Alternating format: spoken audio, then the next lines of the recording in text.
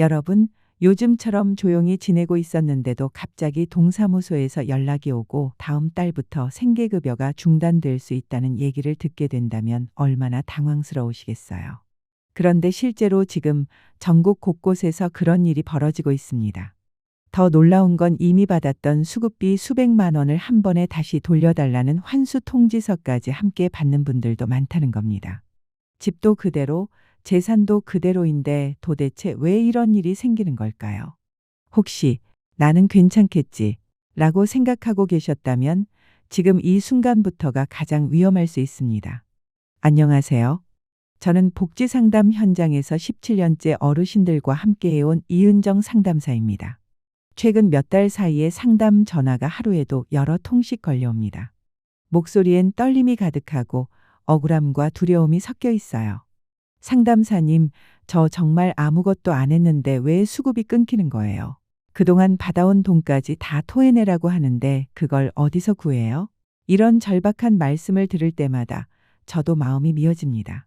이전에는 1년에 한두 건 정도 발생하는 드문 사례였어요. 그런데 지금은 상황이 달라졌습니다. 반복적으로 같은 유형의 문제가 발생하고 있어요. 단순한 예외가 아니라 뭔가 체계적으로 바뀌고 있다는 생각이 들 정도입니다. 얼마 전 상담한 74세 박할머니도 그러셨어요. 15년 동안 단 한 번도 문제 없이 기초생활수급자로 지내오셨는데 하루는 느닷없이 동주민센터에서 연락이 왔어요. 이유도 모른 채 며칠을 불안 속에 보내시다가 결국 생계급여 중단 통지서를 받으셨죠. 더 충격적이었던 건 환수 통지서까지 함께였다는 점이에요. 수백만 원을 다시 돌려달라는 내용이었고 이미 생활비로 다 써버렸는데 어디서 그 돈을 마련하냐며 울먹이셨어요. 이런 사례는 또 있었습니다. 52세 김 씨는 지병으로 일상생활이 어렵고 가끔 일당벌이로 하루씩 일하는 게 전부였어요. 수급이 중단됐다는 통보를 받고 나서야 함께 날아온 환수 통지서를 보고 눈을 의심하셨죠. 정말 정직하게 살았어요. 큰돈도 안 벌고 가능한 만큼만 일했는데 왜 이런 일이 생긴 거죠? 억울함이 목소리 가득 묻어나셨습니다. 또 한 분은 60대 초반의 이모님이셨어요. 워낙 조심성이 많으셔서 혹시나 문제가 될까 싶어 모든 걸 사전에 확인하며 사시는 분이었습니다. 그런데 그런 분도 갑자기 조사 대상이 되신 거예요. 저는 항상 규칙 지켰고 불안할 땐 꼭 주민센터에 물어보고 행동했는데 왜 이런 일이 생긴 거죠? 정말 충격이 크셨습니다. 여러분, 이런 일이 지금 서울, 경기, 대구, 부산은 물론이고 시골 지역까지 가리지 않고 벌어지고 있습니다. 더 억울한 건 대부분의 어르신들께서 일부러 숨기려 한 것도 아니고 규정을 어긴 의도도 없다는 거예요. 단지 이 정도는 괜찮겠지 라는 생각, 이건 신고 안 해도 되겠지 라는 판단이 문제로 이어진 경우가 많았습니다. 왜 갑자기 이렇게 많은 분들이 같은 문제로 고통받고 있을까요? 무엇이 바뀐 걸까요? 지금 여러분의 통장 안에도 모르는 사이에 수급 중단의 씨앗이 자라고 있을 수 있습니다. 나는 괜찮을 거야 라는 생각이야말로 가장 무서운 방심일 수 있습니다. 지금부터 제가 그 이유를 하나씩 알려드릴게요. 잠시만요. 혹시 나는 괜찮겠지 라는 생각 지금 하고 계신가요? 바로 그 생각이 가장 위험할 수 있습니다. 지금도 어르신들 통장 안 어딘가에 본인도 모르는 사이에 수급 중단의 단서가 숨어 있을 수 있거든요. 제가 17년 동안 수천 명의 상담을 하면서 느끼는 건데 정말 요즘은 상황이 달라졌습니다. 예전에는 문제가 되지 않던 것들까지 하나씩 걸려요. 과거엔 이 정도는 괜찮아요 라고 넘어가던 게 이제는 하나하나 따져서 소득으로 잡힙니다. 조사 기준이 그만큼 촘촘해졌고 전산 시스템도 훨씬 정밀해졌습니다. 그래서 더 무서운 거예요. 그런데 더 심각한 건 이런 변화가 생겼다는 사실조차 모르는 분들이 너무 많다는 겁니다. 본인은 아무 문제 없다고 믿고 계신데 실제로는 이미 조사가 시작됐거나 다음 대상이 될 수 있다는 거죠. 무엇이 바뀌었는가?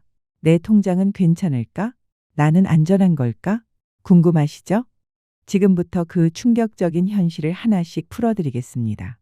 자, 이제 본격적으로 말씀드릴게요. 정부는 여러분이 생각하시는 것보다 훨씬 더 정교하게 조사를 합니다. 매년 상반기, 하반기 두 차례에 걸쳐 모든 수급자의 통장 거래 내역을 전산으로 확인합니다. 이건 단순한 표본 조사가 아닙니다. 모든 계좌를 들여다보는 겁니다. 그래서 조금이라도 수상한 내역이 있다면 바로 개별 조사로 넘어가요. 이럴 때 주민센터에서 전화가 옵니다. 어르신, 통장 거래 내역 좀 제출해 주세요. 이 말을 들으셨다면 이미 뭔가 포착됐다고 보셔야 합니다. 그리고 그 다음부터는 아주 상세히 따집니다. 날짜, 이름, 금액 전부요. 2025년 3월 15일 김철수로부터 15만 원 입금. 이건 무슨 돈이죠? 2025년 6월 2일 무통장 입금 10만 원. 누가 보낸 건가요? 2025년 7월 11일 계좌이체 20만 원. 이 돈은 어떤 이유인가요? 이렇게 한 줄 한 줄 다 묻습니다. 그런데 진짜 무서운 건 그 다음이에요. 설명이 모호하거나 증빙이 불가능하면 그냥 소득으로 처리해버립니다. 그건 경조사비였어요. 중고 냉장고 팔고 받은 돈이에요. 이렇게 말씀하셔도 증빙할 자료가 없으면 그대로 소득입니다. 실제로 제가 상담한 분 중에 중고거래 사이트에서 냉장고를 팔고 30만 원을 받으셨던 어르신이 계셨어요. 상담사님, 중고로 팔았을 뿐인데요. 현금으로 받고 끝냈어요. 따로 영수증 같은 건 없고요. 하지만 아무런 증빙이 없으니 소득으로 잡혔고 결국 그 한 번의 거래가 수급 중단으로 이어졌습니다. 요즘 조사는 이 정도로 꼼꼼합니다. 통장에 들어오는 돈은 단돈 몇만 원이라도 설명을 못하면 바로 소득입니다. 이 정도는 괜찮겠지 라는 생각이 얼마나 위험한지 이제 조금은 감이 오시죠? 그렇다면 어떤 거래 내역이 가장 위험할까요? 제가 수년간 상담하면서 가장 많이 본 사례를 말씀드릴게요. 가장 치명적인 건 바로 정기적인 입금입니다. 가족이 매달 보내주는 용돈이 대표적인 예예요. 매달 10만 원씩 1년이면 12번이죠. 이런 건 분명히 반복적이고 규칙적인 금전 지원으로 보입니다. 예전엔 이런 지원을 가족애로 받아들였지만 지금은 정기 소득으로 해석되는 순간 생계급여가 중단되거나 감액될 수 있어요. 주의하셔야 할 건 횟수만이 기준이 아니라는 겁니다. 흔히 6번 이상이면 정기 소득이라고 알려져 있지만 요즘은 분기마다 혹은 특정 날짜에 반복되는 입금이면 4번만 있어도 정기 소득으로 간주될 수 있습니다. 게다가 액수가 크다면 단 한두 번의 입금도 조사 대상이 됩니다. 지금은 예외가 없어요. 우리 애가 외국에서 설에 50만 원 보내줬는데요. 라고 하셔도 증명 못하면 소득입니다. 지금부터는 통장 속 그 작은 입금 하나하나가 어떤 결과를 가져올 수 있는지 진지하게 들여다봐야 할 때입니다. 2달에 한 번씩 들어오는 것도 괜찮지 않나요? 라고 생각하셨다면 정말 조심하셔야 합니다. 1년에 6번만 반복돼도 정기적 소득으로 간주될 수 있기 때문이에요.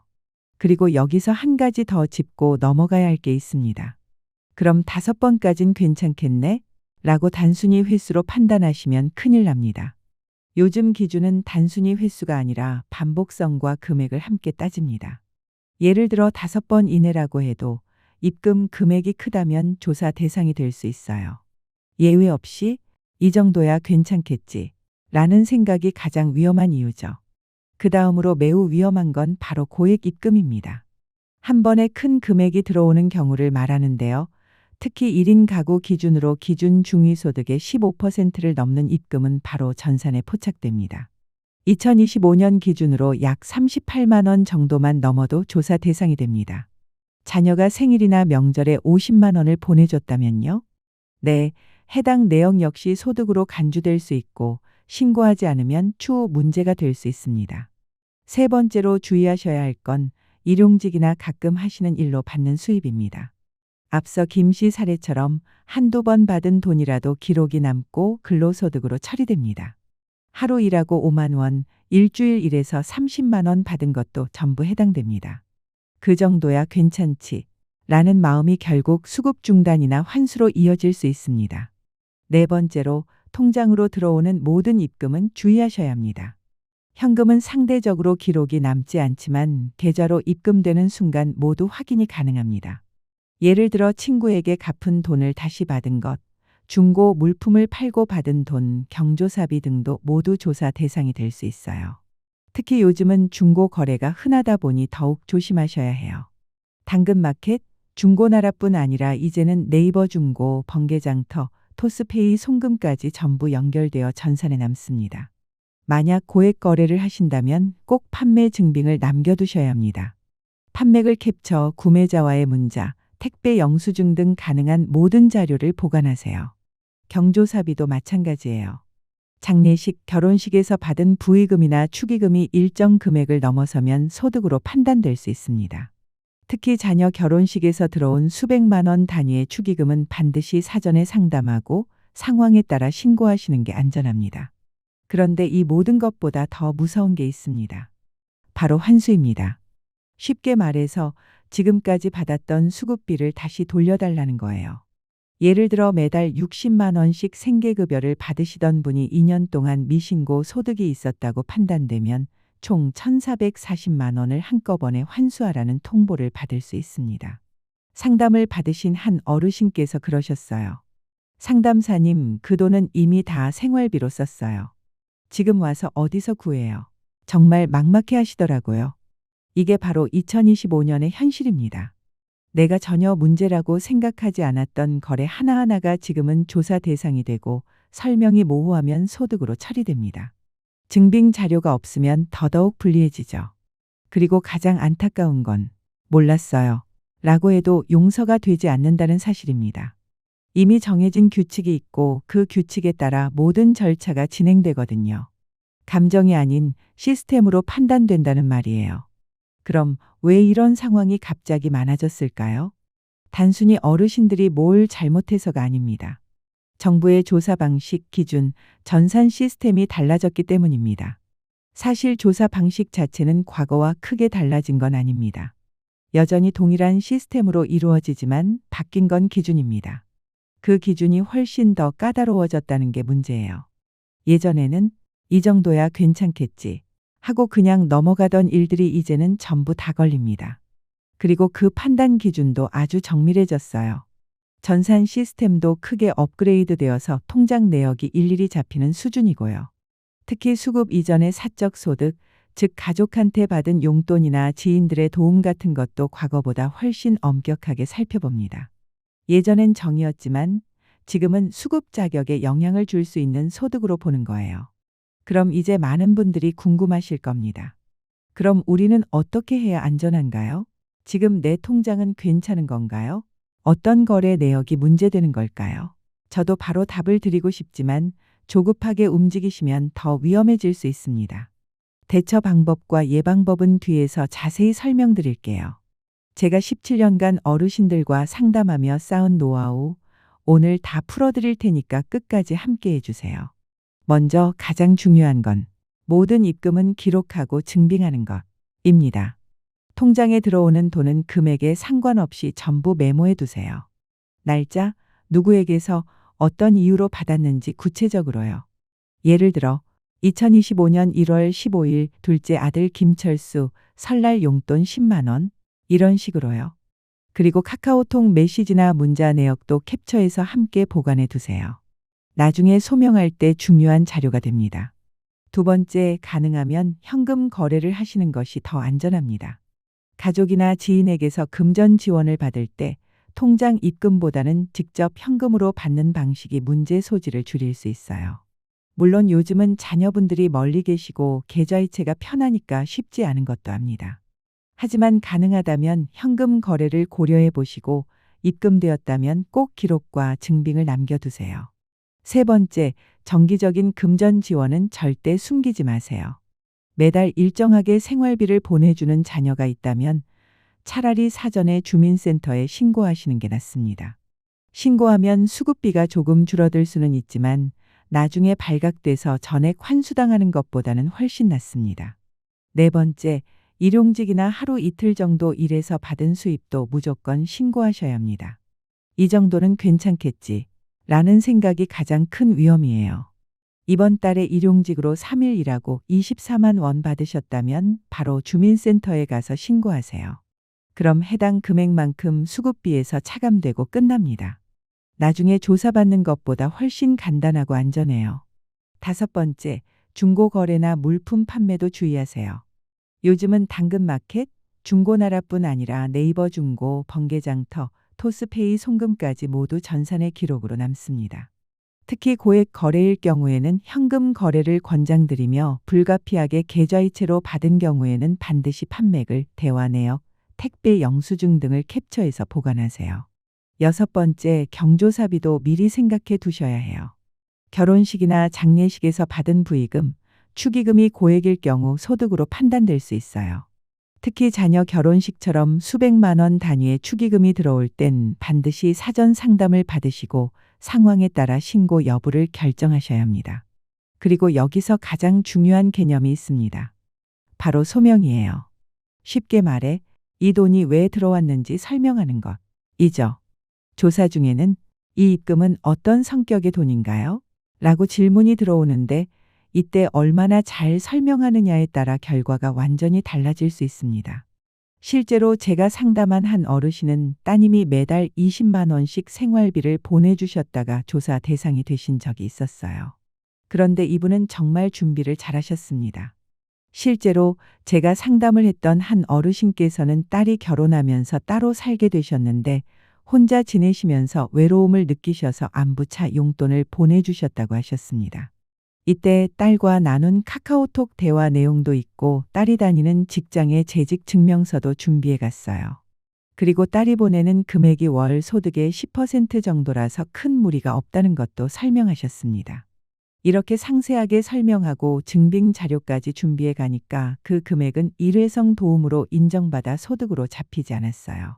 하지만 반대로 이렇게 잘 설명하지 못한 경우에는 억울하게 소득으로 인정받는 일이 많아요.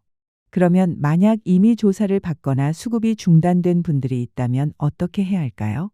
먼저 당황하지 마세요. 아직 늦지 않았습니다.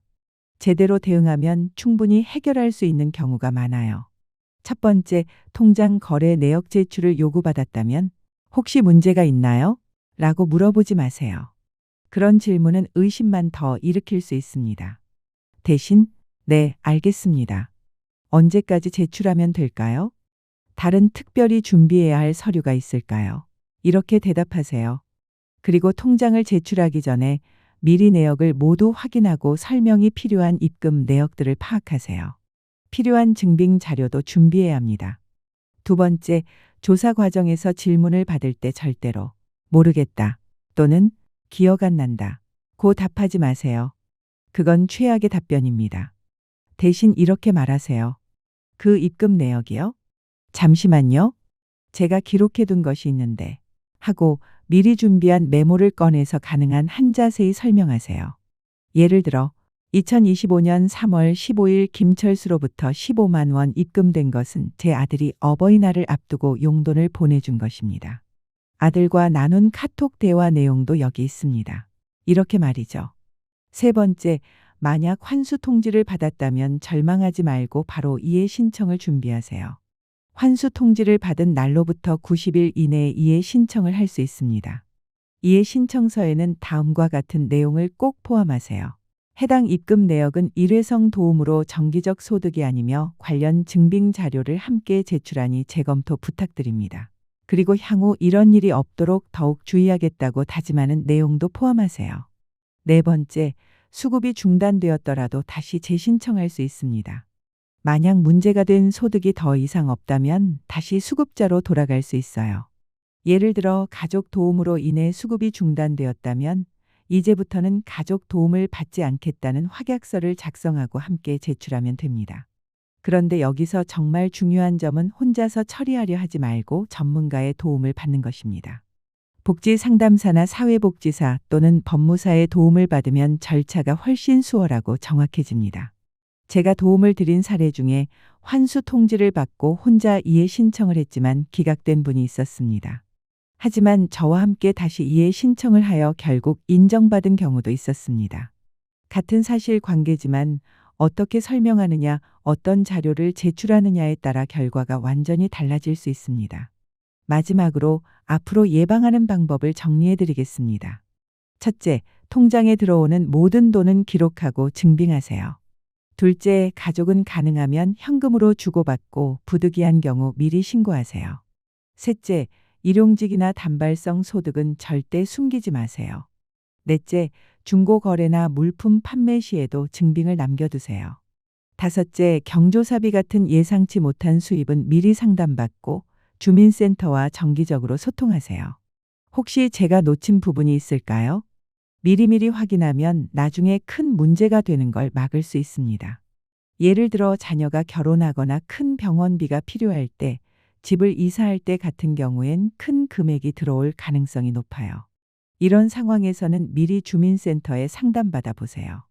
다음 달에 아들 결혼식이 있는데 축의금 받는 것도 문제가 될까요? 이렇게 물어보시면 상황에 맞게 대비할 수 있습니다. 이렇게 미리 주민센터에 물어보는 것이 중요해요. 그럼 어떻게 대비해야 할지 그 방법을 정확히 알려줄 거예요.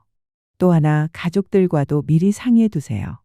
특히 자녀들에게는 앞으로 용돈을 보낼 때 미리 말해주고 가능하면 현금으로 주거나 아니면 미리 신고할 수 있도록 해달라. 고 말해주세요. 제가 상담했던 분 중에 아들이 외국에 살고 있어서 매달 해외 송금으로 용돈을 보내준 분이 있었어요. 그런데 이게 문제가 됐습니다. 해외 송금은 더 눈에 띄고 전산에 쉽게 포착되기 때문이에요. 이런 경우 미리 신고하는 게 매우 중요합니다. 또 병원비처럼 큰 비용이 발생할 때도 조심하셔야 해요. 예를 들어 큰 수술비나 치료비를 가족이 도와주는 경우가 있잖아요. 이런 경우에도 미리 상담을 받으시고 병원 영수증이나 진료 기록 등을 잘 보관해 두셔야 합니다. 그리고 요즘은 온라인 거래가 많아졌어요. 네이버 페이, 카카오페이, 토스 같은 결제 시스템도 다 기록으로 남고요. 이런 것도 조심하셔야 합니다. 마지막으로 여러분께 꼭 말씀드리고 싶은 게 있어요. 기초생활수급 제도는 여러분을 돕기 위해 만든 제도입니다. 여러분을 괴롭히기 위한 제도가 아니에요. 하지만 중요한 건 정해진 규칙이 있다는 거고 그 규칙을 지키는 게 제도를 잘 운영할 수 있는 방법입니다. 그러니까 너무 두려워하지 마세요. 규칙을 정확히 알고 지키면 당당하게 도움을 받으실 수 있어요. 만약 실수하셨더라도 너무 자책하지 마세요. 정말 몰랐던 거니까요. 중요한 건 앞으로 어떻게 할 것인가입니다. 오늘 알려드린 내용들을 잘 기억하시고 앞으로는 더 조심하시면 됩니다. 그리고 무엇보다 중요한 건 어려운 일이 생겼을 때 혼자 해결하려 하지 마시고 전문가에게 도움을 받는 것입니다. 저 같은 상담사들이나 사회복지사들이 어르신들을 돕기 위해 존재하는 거거든요.